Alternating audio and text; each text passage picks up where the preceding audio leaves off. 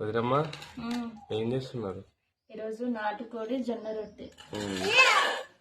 చాలా రోజుల తర్వాత అయితే అత్తమ్మ చేసింది.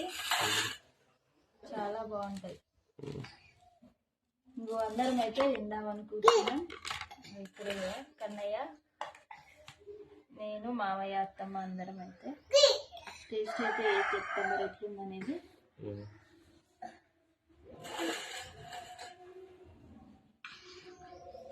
చాలా బాగుంది, సూపర్ ఉంది.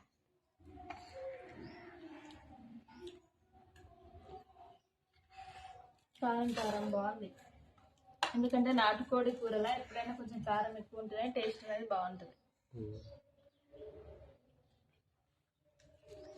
వీడియోని అయితే అందరు లైక్ చేయండి, లాస్ట్ వరకు చూడండి, సపోర్ట్ చేస్తున్నాండి అందరూ.